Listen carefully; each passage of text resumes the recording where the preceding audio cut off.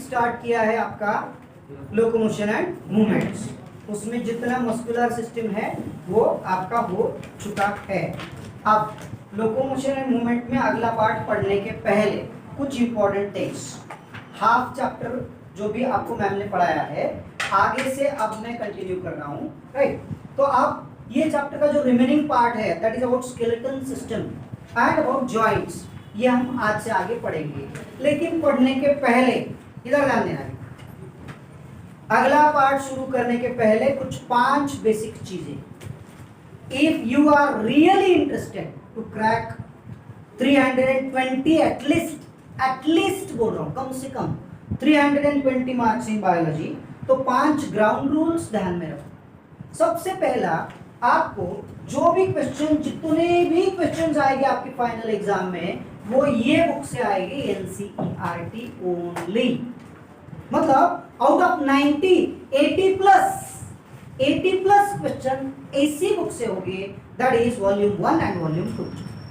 तो बहुत ज्यादा बाहर जाने की जरूरत नहीं है। लेकिन अब इसको बार बार कैसे प्रिपेयर करोगे, इसमें आपकी स्ट्रेंथ कैसी बढ़ाओगे? तो पहला formula, read NCERT again and again and again and again and again and again, बहुत बार रीड करना पड़ेगा। तो होगा क्या, एनसीईआरटी की लैंग्वेज से आपकी फ्रीक्वेंसी मैच हो जाएगी। कंसेप्ट तो समझ में आते हैं, लेकिन जो लैंग्वेज होती है आपको मल्टीपल चॉइस क्वेश्चन पूछने की लैंग्वेज, वो एनसीईआरटी बुक से होगी, राइट। पहला ये पार्ट, तो आपको बुक में से वो मार्क आउट करना है। एक चैप्टर जब हम स्टार्ट करके एंड करते हैं तो कम से कम आपका रनिंग में 5 बार और रिवीजन के लिए 5 बार, ऐसे एक चैप्टर आपका 10 बार एनसीईआरटी में से रीड होना मस्ट। ये पहला फार्मूला, आप चाहो ना चाहो, मानो ना मानो, अगर आपको ये क्राइटेरिया क्रैक करना है 320, तो कम से कम 10 बार रीड करना, रूल क्लियर। दूसरा, जब भी हम यहाँ पे क्लास में एक्सप्लेन कर रहे हैं, कुछ टर्म्स पढ़ा रहे हैं, तो काफी पॉइंट्स इसमें एडिशनल होते हैं। काफी अलग अलग बुक्स का या एक बुक्स का कंटेंट हो सकता है। कुछ कंट्रोवर्शियल पॉइंट्स आ सकते हैं, अब ये चैप्टर में नहीं आएंगे, लेकिन जहाँ पे रीडिंग्स होते हैं, कुछ वैल्यूज होते हैं, कुछ काउंटिंग्स होते हैं, वहां पे थोड़ा बहुत चेंजेस हो सकते हैं। एवरेज कैलकुलेशंस भी हो सकते हैं, एग्जैक्ट रीडिंग भी हो सकते हैं। तो वो आपको ज्यादा से ज्यादा एनसीईआरटी में जो रीडिंग दी है, एनसीईआरटी में जो काउंट्स दिए हैं, वो ध्यान में रखना है। दूसरा पार्ट, हम जो भी पढ़ा रहे हैं, एक्सप्लेन कर रहे हैं, ये हमारा पूरा डायलॉग कॉन्वर्सेशन होगा। मतलब कुछ इजी क्वेश्चंस हम आपको पूछेंगे, उसके आंसर्स आप देने का ट्राई करोगे और देना है।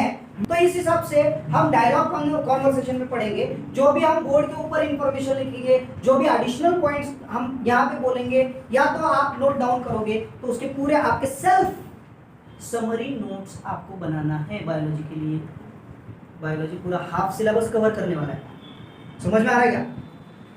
350 मार्क्स, 360 ना, 360 मार्क्स आप उसमें कैच करने के लिए जा रहे हो, क्रैक करने के लिए जा रहे हो। आधा सिलेबस है। फिजिक्स केमिस्ट्री में आप न्यूमेरिकल सॉल्व करने में टाइम स्पेंड करोगे, तो इसके लिए भी आपको लगभग उतना या उससे कम, अभी थोड़ा हार्ड वर्क करोगे तो आगे स्मार्ट वर्क, आपका बहुत सारा टाइम बच जाएगा और आपको वो टाइम फिजिक्स केमिस्ट्री में आप यूटिलाइज कर सकते हो। लेकिन अभी हार्ड वर्क करना पड़ेगा। तो सेकंड इसका मेन फॉर्मूला है आपके खुद के समरी नोट्स बनाना। समरी नोट्स मतलब वेरी शॉर्ट नोट्स, बुक में लिखने के बाद भी पूरे सेंटेंस में डिफाइन करने की जरूरत नहीं है, एक वर्ड उसका मीनिंग। जैसे अभी फॉर एग्जाम्पल कुछ डेफिनेशन है, यहाँ पे हम समझ लेते हैं अभी skeletal system. The hard part और framework present in the body of an animal providing support protection to the body of an animal is called as skeletal system. ऐसा पूरा लिखने की जरूरत नहीं। समरी नोट्स में मेन कीवर्ड्स लिख के आपके एकदम शॉर्ट नोट्स बनाना है। मतलब ये चैप्टर अगर आपका 20 पेज का है, 20 पेज का, तो समरी नोट्स आपके 2 पेज में बननी चाहिए। आपको लगता भी है एनसीईआरटी, मतलब आप एग्जाम तो स्टेट बोर्ड की देने वाले, राइट, स्टेट बोर्ड की एग्जाम, थियरी एग्जाम्स, आप एंट्रेंस एग्जाम नीट का पेपर देने वाले हो, आपको वहां पे थियरी कुछ लिखना नहीं है, डायग्राम कुछ स्केच नहीं करना है, ऐसे समझ के काफी बच्चे डायग्राम के ऊपर ज्यादा फोकस नहीं करते हैं, लेकिन मैं बार बार आपको बोलता हूं डायग्राम मतलब बायोलॉजी की जान है, जान। नेक्स्ट वन, फोर्थ, जहां तक हो सके आपके खुद के मल्टीपल चॉइस क्वेश्चंस बनाओ। You have a time, lot of time for biology. आपके खुद के एमसीक्यू रजिस्टर में बनाओ ही बोलूंगा मैं। क्यों बनाओ बोलूंगा, आगे आपका बहुत टाइम सेव होने वाला है इससे। तो एक चैप्टर के ऊपर मिनिमम 100 मल्टीपल चॉइस क्वेश्चन आपको बनाना है। कैसे बनाओगे? पहला क्वेश्चन डब्ल्यूएच क्वेश्चन, खुद क्वेश्चन लिखना है। बाकी जगह बोलते हैं आंसर लिखो, हम नहीं बोलेंगे आंसर लिखो, हम बोलेंगे आप क्वेश्चन लिखो, क्वेश्चन बनाओ। जैसे आप क्वेश्चन बनाओगे ना, ऑटोमेटिकली वो क्वेश्चन के हिसाब से किसी भी 5, 6, 8, 10 टाइप के क्वेश्चन अगर पूछते हैं आपको तो आपको आंसर आ जाएगा। इसलिए क्वेश्चन बनाने का प्रैक्टिस करो। WH क्वेश्चन पहला, मतलब what, when, why, how, right? ऐसे टाइप में क्वेश्चन। जैसे सेल के ऊपर पूछते हैं तो who discovered the first cell, right? What is the meaning of cell, what is cell theory, who postulated cell theory, ऐसे WH क्वेश्चंस। यहां पे अगर हम देखते हैं तो what is skeleton system, what is endoskeleton, what is exoskeleton, right? What are various examples of exoskeleton, right? What are two parts in the skeleton system in human body? ऐसे WH questions। दूसरी variety होगी आपकी match the column, right? एक side में 4 से 5 point लिखो और उसके सामने रॉन्ग पॉइंट्स, करेक्ट आंसर नहीं, रॉन्ग ऑप्शंस लिखो। क्लियर? Match the column. तीसरी वैरायटी होगी आपकी ट्रू और फॉल्स। एक सेंटेंस में नहीं, कभी भी एक सेंटेंस में वो क्वेश्चन कंप्लीट नहीं करना। क्यों? तो एनसीईआरटी में आपको ट्रू और फॉल्स के लिए 4-5 सेंटेंस पूछते हैं। 4 मार्क का है ना एक क्वेश्चन, 4 से 5 सेंटेंस पूछेंगे, उनमें से 1, 2, 3 करेक्ट हो गए, 4 रॉन्ग होगा, 5वां करेक्ट होगा, या 1, 2 करेक्ट होगा, 3 रॉन्ग होगा, 4 करेक्ट होगा, 5 रॉन्ग होगा। तो 5 सेंटेंस पूछते हैं और फिर कितने, कौन से करेक्ट है, कौन से इनकरेक्ट है, ये पूछते हैं। तो ऐसे 4-4, 5-5 सेंटेंस वाला ट्रू और फॉल्स का क्वेश्चन आप बना सकते हो। नेक्स्ट वैरायटी आपकी होगी डायग्राम बेस्ड क्वेश्चंस। रफली डायग्राम स्केच करके ABCD हेडिंग दे देना, तो आपको उसमें से ABC हेडिंग क्या है करेक्ट, उसके 4 ऑप्शंस बना लो। तो MCQ आपको खुद के बनाना है, आंसर मार्क नहीं करना है। आंसर आप जब आपकी यूनिट टेस्ट होगी ना तब मार्क करोगे, ये ध्यान में लेना। तो अभी आपने देखो आज से अगर सोच लिया डेली 10-15 MCQ बना, 10 MCQ, तो अगले 10 दिन में 100 मल्टीपल चॉइस क्वेश्चन ये चैप्टर के आपके बहुत स्मूथली बन सकते हैं। बहुत ज्यादा टाइम स्पेंड करने की जरूरत नहीं है, विदिन 10-15 मिनट्स, 20 मिनट्स में ये MCQ बनेंगे आपके रजिस्टर में, आपके खुद के 100 मल्टीपल चॉइस क्वेश्चंस बन जाएंगे। ये एक पार्ट। और last criteria, solving multiple choice questions from reference books. जो भी रेफरेंस बुक आप लोग यूज कर रहे हैं उनमें से MCQ की प्रैक्टिस स्टार्ट कर दो। लेकिन MCQ डायरेक्टली सॉल्व करना नहीं है, वो डेंजर होते हैं। आपको MCQ कब सॉल्व करने के लिए हाथ में लेना है? जब NCERT की बुक में से ये चैप्टर आप 5 बार, 7 बार, 10 बार पढ़ लोगे, side by side state board की बुक भी मैं आपको स्पेशली रिकमेंड करूंगा। आपको बेस क्लियर करना है, बेस स्ट्रॉन्ग करना है, बहुत अच्छे से समझना है, अंडरस्टैंडिंग करना है, तो इट्स अ राइट टाइम। अगर आप किसी और बैच में होते, रिपीटर बैच में होते, तो हम बोलते अवॉइड करो, केवल NCERT करो, रेफरेंस बुक करो। अभी आपके पास टाइम है, इसलिए मैं बोलता हूं जो चैप्टर आप NCERT में से पढ़ रहे हो साइमल्टेनियसली स्टेट बोर्ड में से वही चैप्टर रीड करो। उसमें जो एडिशनल पॉइंट है, एक्स्ट्रा इंफॉर्मेशन के पॉइंट्स है, आपके की नोट्स में डाल दो, समरी में डाल दो, एडिशनल पॉइंट्स। क्लियर? तो आपके पास जो एग्रीगेशन होगा, जो पॉइंट्स रहेंगे, जो समरी रहेगी, वो बहुत स्ट्रांग बन जाएगी। क्लियर? और फिर रेफरेंस बुक में से जब भी MCQ आप सॉल्व करोगे तो काफी सारे, मतलब एक 30% क्वेश्चंस आपको आउट ऑफ टेक्स्ट दिखेंगे जो NCERT में नहीं है। तो आप अगर स्टेट बोर्ड का भी बुक से अगर रीड करोगे तो साइमल्टेनियसली वो क्वेश्चन के भी आंसर आपको आसानी से सॉल्व करते आएंगे। ऐसे अगर हम जाएंगे तो डेफिनेटली एक एग्जाम, एक यूनिट टेस्ट के पहले ऐसी प्रैक्टिस करके देखो, डेफिनेटली आप लोग जितना मैक्सिमम, मतलब मोर देन 300 मार्क्स आप बायोलॉजी में इजीली क्रैक कर सकते हो बाय यूजिंग दिस क्राइटेरिया। तो ऐसे हम जाएंगे। अभी आज बाकी टाइम स्पेंड ना करते हुए डायरेक्टली हम पढ़ेंगे skeletal system. Skeletal system. Try to understand what exactly skeletal system is. Hard part.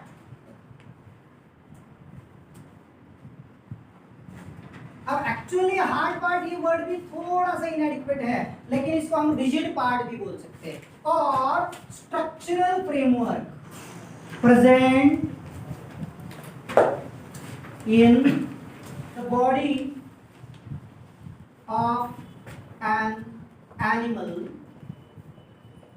for support, shape and protection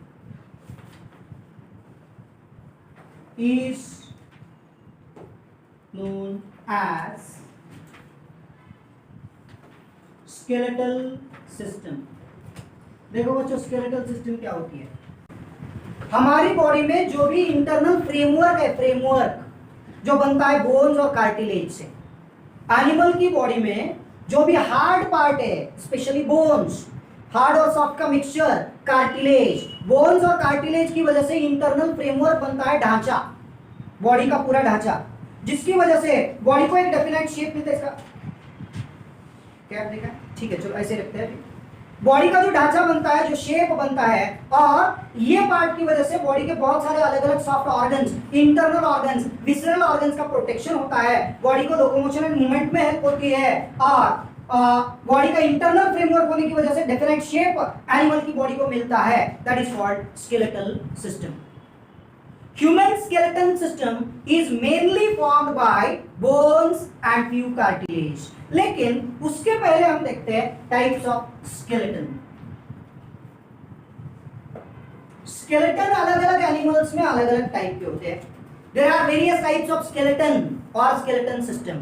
Basically, there are two types of skeleton found in different animals, such as exoskeleton and endoskeleton। एक्सो मतलब बाहर, endo मतलब अंदर। तो animal की body में ये rigid part, hard part, bones, cartilage, right, और जो भी हार्ड पार्ट है वो अगर नॉट बोन्स एंड कार्टिलेज, लेकिन जो भी हार्ड पार्ट है वो अगर बाहर से है, बाहर से, बॉडी के बाहर से, तो दैट इज कॉल्ड एक्सोस्केलेटन। इसका मीनिंग लिखने की जरूरत नहीं, it's a basic part. When the skeletal system located outside or externally on the body of an animal is called exoskeleton। अब आप मुझे बताओ, आपकी बॉडी में हार्ड पार्ट कौन सा है जो बाहर से? Yes, very good, nails. Nails है ना, हार्ड है ना, नेल्स। और क्विकली क्विकली क्विकली हेयर, बाल काटते हैं तो दर्द होता है क्या?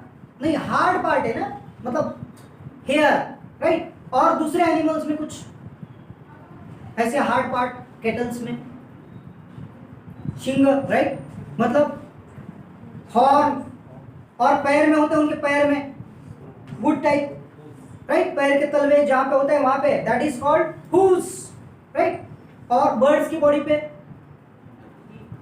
Right, very good, beak. और बर्ड्स का बॉडी किससे कवर्ड होता है? Feathers, very good, right. हमने देखा है फिश की बॉडी के ऊपर, very good, scales, bony denticles, scales, ctenoid scale, cycloid scale, right. Snake के ऊपर होती है स्केल, होती है ना, वो स्केल डाल देते हैं, right. So these are exoskeleton, right. When the skeleton situated outside the body is called exoskeleton। बोलो, what is exoskeleton? Skeleton situated outside the body or body parts, externally जो होता है, that is called exoskeleton। Nails, hair, hooves, horn, beak, feathers are the part of exoskeleton, while the skeleton present inside the body, skeletal system which is present within the body of an animal is known as endoskeleton। So human endoskeleton मतलब human skeletal system। Human skeletal system mainly contains, skeletal system consists or contains bones and few cartilages। देखो क्यों लिख रहा हूं मैं, यहां पे एक एक एनसीईआरटी का ए एंड द भी स्किप नहीं करना है। पूछते आपको कितना स्टूपिड क्वेश्चन पूछ सकते हैं। देखो, human skeleton system is made up of bones and dash cartilages. Question फिर उल्टा कंफ्यूजन करा देते हैं, 1 cartilage, 2 cartilage, 206 cartilage, few cartilage. काफी बच्चों को क्या लगता है बोन्स कितने होते हैं हमारी बॉडी में? कितने बोन्स होते हैं? लाउड शाउटली 206 बोन्स होते हैं ना। बच्चों को लगता है हाँ बोन्स 206 है, कार्टिलेज 206 कार्टिलेज। मेरा आंसर आ गया। नहीं, फ्यू कार्टिलेजेस, ये आंसर करेक्ट होता है। तो इसलिए हर एक वर्ड के ऊपर आपको फोकस करना है, right? So skeletal system constitute bones and few cartilages. अब मुझे आप बताओ, आपने ऑलरेडी बताया क्वेश्चन का आंसर, अभी और एक बार पूछता हूं, what type of tissue the bone and cartilage is? बोलो एक बार। Specialized connective tissue. Bones and cartilage are specialized connective tissue. Repeat the sentence. Bones and cartilage are specialized connective tissue. Repeat loudly. Bones and cartilage are Specialized connective tissues. Question पूछते भाई, right? तो यहाँ पे mistake ऐसी हो सकती है, soft connective tissue, hard connective tissue, fluid connective tissue, specialised connective tissue. हमको क्या लगता है blood is fluid connective tissue, तो bone is hard connective tissue. हो सकता है ना, और आंसर भी करेक्ट है, लेकिन इसके बावजूद आपको मार्क्स नहीं मिलेंगे। क्यों? तो this is the type of specialised connective tissues. Right, now one by one about bones, everything you know about bones. Bone ये हार्ड पार्ट है एनिमल बॉडी में। Bones provide internal structural framework of the body of an animal. Bone के अंदर जो matrix होता है bones, सबसे पहला पार्ट आज जो हम पढ़ रहे हैं वो ऑलरेडी एक video structural organisation in animals की, ये वीडियो आपको वॉच करना है बोन्स और कार्टिलेज की। तो वही इंफॉर्मेशन रिपीट यहाँ पे दिया है। कुछ सेंटेंस जो बहुत इंपॉर्टेंट है वो चैप्टर में भी है, यहाँ भी है, और क्वेश्चन के लिए बहुत हम उसके ऊपर फोकस कर सकते हैं। That is about this is the type of specialised connective tissue. तो ये बहुत इंपॉर्टेंट है। Bones and cartilages are specialised connective tissues. Matrix present in bones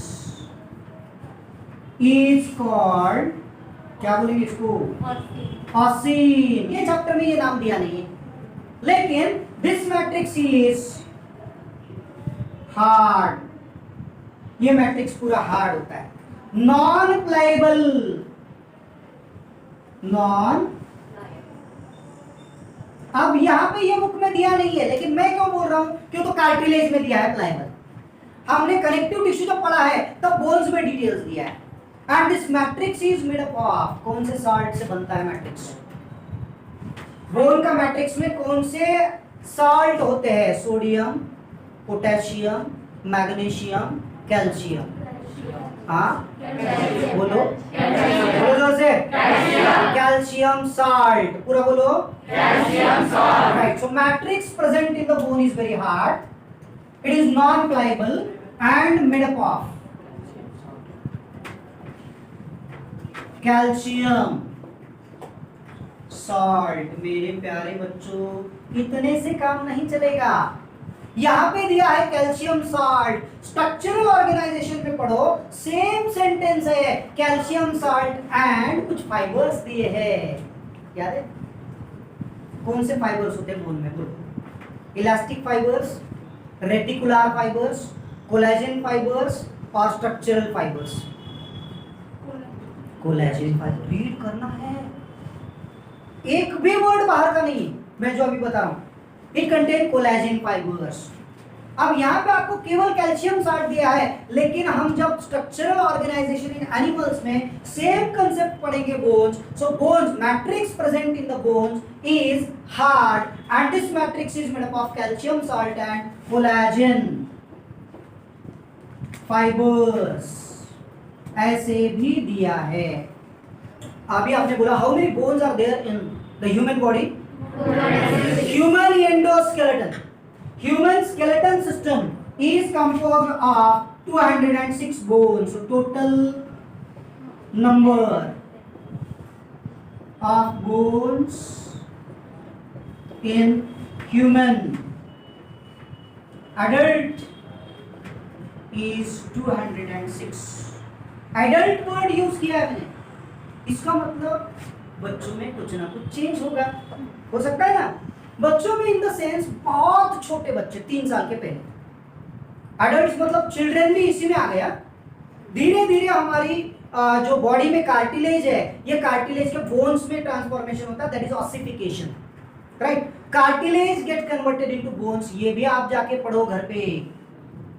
इनवर्टेब्रेट embryos, cartilage is replaced by bones. तो जब भी इन्फेंट होता है या फीटस होता है, that is in the body of foetus total number of bones in foetus is about 300 तक bones होते हैं। इवन इन इन्फेंट भी पूछते हैं तो उतना ही, मतलब न्यू बॉर्न बेबी। इन्फेंट मतलब न्यू बॉर्न बेबी, नवीन जन्माला आलेलं बाळ। बाळ तसंही जुनं जन्माला येत नसते, नवीनच। तर न्यूबॉर्न बेबी जो है उसकी बॉडी में जो बोन्स होंगे ना वो कितने होते हैं 300। But later on many bones get fused to form 206 at the age more than 3 years। 3 साल के बाद ये बोन्स का नंबर रिड्यूस हो रहा है, because many bones get fused with each other to form the single bones. जैसे कि वर्टेब्रल कॉलम में, बहुत कॉमन एग्जांपल, वर्टेब्रल कॉलम में जो वर्टेब्री होते हैं सर्वाइकल नीचे पेल्विक गर्डल में जो भी पेल्विक बोन्स है, कॉसिजियल बोन्स है, 4 कॉसिजियल बोन इकट्ठा आ जाते हैं और उनसे एक बनता है कॉसिक्स, राइट। 5 सैक्रल वर्टेब्री इकट्ठा आते हैं, उससे एक बनता है सैक्रम। तो ऐसे बहुत सारे बोन्स इकट्ठा आके बोन्स की नंबर रिड्यूस हो गए। जो इन्फेंट या तो नियोनेट या तो फीटस में बोन्स होते हैं 300, बाद में बोन्स बन जाते हैं 206। Bones plays an important role to provide support to the body of an animal. It act as an internal framework and provide definite shape to the body of an animal. Bones provide surface area for attachment of muscles. Muscles, bones and joints plays an important role in locomotion and movements. Can you imagine the process of chewing, eating without jawbone? Jawbone नहीं होता तो chewing possible है ही नहीं। Locomotion and movement, एक जगह से दूसरे जगह जाना, right? हाथ पैर हिलाना, this is possible because of these limb bones. So skeletal system plays an important role in all types of movements, locomotory movements.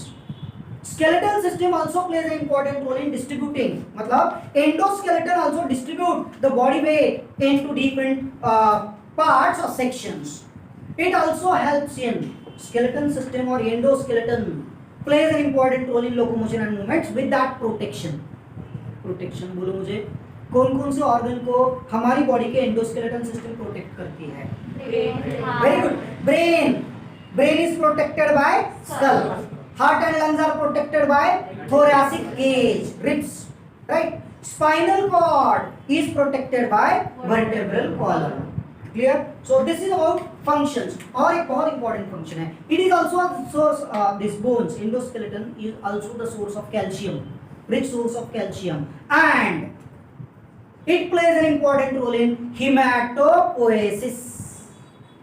Hematopoiesis, ही मतलब ब्लड होता है ना बॉडी में, सार्थक निळ्या रंगाचं रक्त असतं आपल्या बॉडीत का काळ्या?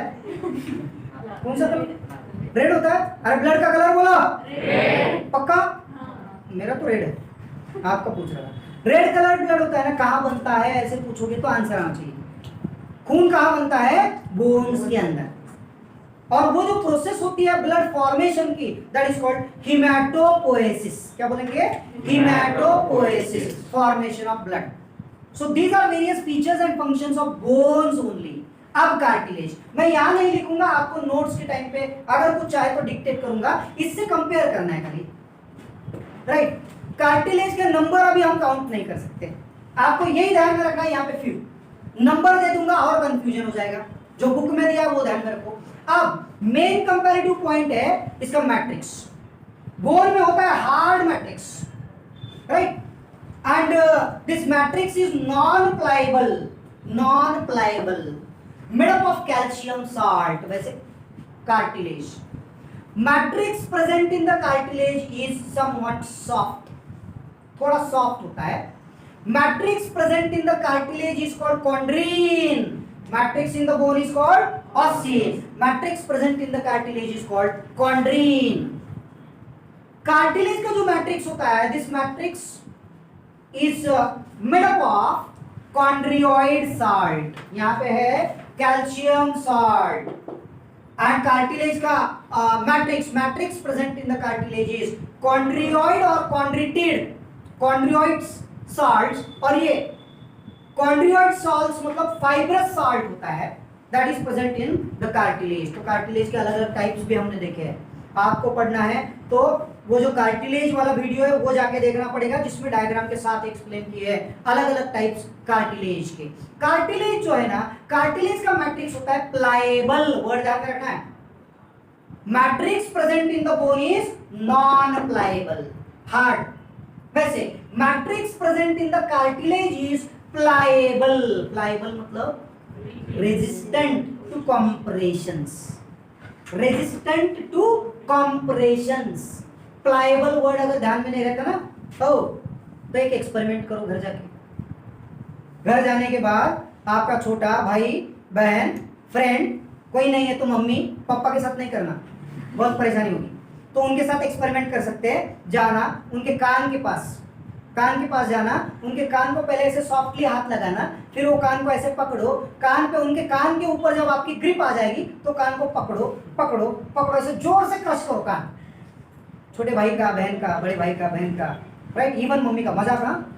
और इतना क्रश करो जब तक वो आपके कान के नीचे नहीं बजाएगी, राइट। फिर छोड़ दो, छोड़ने के बाद क्या होगा, कान लाल हो जाएगा, लेकिन ओरिजिनल पोजीशन पे जाएगा ना, बोलना प्लायबल, क्या बोलेंगे, प्लायबल। फिर ध्यान में रहेगा कान के नीचे बजने के बाद। तो आपको ये वर्ड ध्यान में रखना, क्या, pliable. So how the tissue और this matrix present in the cartilage is pliable. बोलो, matrix present in the cartilage is pliable, that is resistant to compressions। मतलब कितना भी कंप्रेस कर दिया, छोड़ दिया, तो वापस रबर के जैसे ओरिजिनल पोजीशन पे आ जाता है। तो ऐसे बोन और कार्टिलेज से बनती है हमारी skeletal system, right. Human skeletal system दो पार्ट में डिवाइड होती है, एक्सियल स्केलेटन, अपेंडिकुलर स्केलेटन, वो भी हम पढ़ेंगे। इतने पॉइंट्स आप नोट डाउन कर लोगे। देखो, अबाउट स्केलेटल सिस्टम आपके लिए पॉसिबल है तो कल स्कल की डायग्राम स्केच करके लाना। लैटरल व्यू पॉसिबल है तो फ्रंट व्यू, क्योंकि उसमें एक्सप्लेनेशन कुछ भी नाही, केवळ नेम्स आहे, नेम्स, नंबर एंड नेम्स।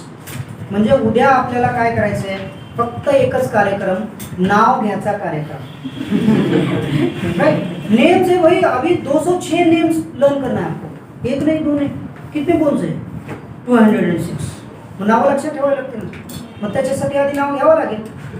तो कल के बोन्स के जो नेम्स है ना, थोड़े से टिपिकल है, frontal lobe, frontal bone, parietal bone, occipital bone, then temporal bones, zygomatic bones, फिर फेशियल है, 14 facial bones, lacrimal bones, nasal bones, internal nasal bones or internal nasal canthi, then maxillary bones, sphenoid bone, ethmoid bone, palatine bones, ये mandible bones और humor, tongue bone, humor, then hyoid bone, tongue bone, ऐसे पूरे आपको learn करना है। तो diagram अगर आपने स्केच कर ली तो और ज़्यादा आसान जाएगा। क्लियर? अच्छा, अभी हम यहाँ पे रुकते हैं। Thank you.